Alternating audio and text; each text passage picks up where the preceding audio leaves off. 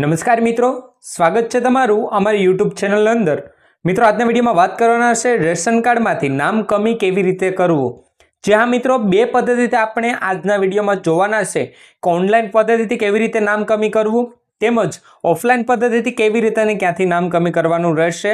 તદ ઉપરાંત આ નામ કમી કરવા માટે क्या ડોક્યુમેન્ટ્સ એટલે કે क्या પુરાવા રજૂ કરવાના રહેશે એમના વિશે પણ વિસ્તારપૂર્વક અમે આજ આપને જણાવવાના છે। તો મિત્રો, વિડીયોમાં આગળ વધીએ તે પહેલા ચેનલ પર નવા આવ્યા હોય, વિડીયો પર નવા આવ્યા હોય તો વિડીયોને લાઈક અને ચેનલને સબસ્ક્રાઇબ કરવાનું ના ચૂકશો। તો મિત્રો, સૌપ્રથમ તો જાણી લઈએ કે રેશન કાર્ડમાંથી નામ કમી કરવા માટે જરૂરી ડોક્યુમેન્ટ્સ શું રજૂ કરવાના રહેશે। તો મિત્રો, અરજી ફોર્મ, કયો અરજી ફોર્મ રજૂ કરવાનો રહેશે એમના વિશે વિડીયોમાં આગળ જોશું। પરંતુ મિત્રો, અરજી ફોર્મ, જન્મ મૃત્યુનું પ્રમાણપત્ર, લગ્ન છૂટાછેડાનું પ્રમાણપત્ર, સરકારી ઓળખપત્રક તેમજ સરનામાનો પુરાવો, રેશન કાર્ડની નકલ અને એફિડેવિટ, આટલા ડોક્યુમેન્ટ્સ આપની જોડે રાખવાના રહેશે। તો મિત્રો, સૌપ્રથમ વાત કરીએ કે રેશન કાર્ડમાંથી નામ કમી કરવા માટેની ઓફલાઈન અરજી કેવી રીતે કરવાની રહેશે। તો મિત્રો, રેશન કાર્ડમાંથી નામ કમી કરવા માટે તમારે અરજી ફોર્મ નમૂનો નંબર 4 ભરવું પડશે। આ ફોર્મ ભર્યા પછી તમારે અરજી તમારા નજીકની જે મામલતદાર કચેરી હોય અથવા તો ઝોનલ અધિકારીને સોંપવી પડશે। જ્યાં મિત્રો, જે આ નમૂના નંબર 4 જે અરજી ફોર્મ છે જે તમારી ડિસ્પ્લેની સામે દેખાય છે તેમાં લગતી સંપૂર્ણ માહિતી ભરી અને તમે તમારા નજીકના મામલતદાર કચેરી અથવા તો ઝોનલ અધિકારીને સોંપવાની રહેશે।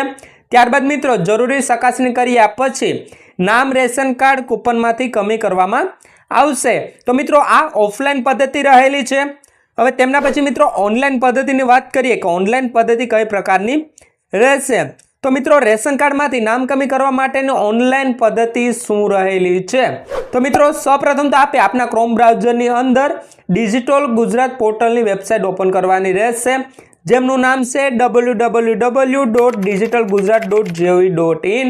આ ઓફિશિયલી વેબસાઇટ ઓપન કર્યા પછી મિત્રો, તમારી ડિસ્પ્લેની સામે કંઈક આવું સ્ટેટસ બાર ખુલીને આવી જશે, જેમાં તમારે જે જમણી બાજુ જે 3 ડોટ દેખાય છે તેમની ઉપર આપે ક્લિક કરી દેવાનું રહેશે।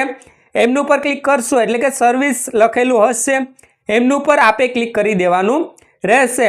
એમની ઉપર ક્લિક કરશો મિત્રો એટલે સિટીઝન સર્વિસ એવો ઓપ્શન દેખાશે, એમની ઉપર ક્લિક કરવાનું રહેશે। ત્યાર પછી એમની ઉપર ક્લિક કરશો એટલે મિત્રો તમારી ડિસ્પ્લેની સામે ઘણા બધા ઓપ્શનો ખુલીને આવી જશે।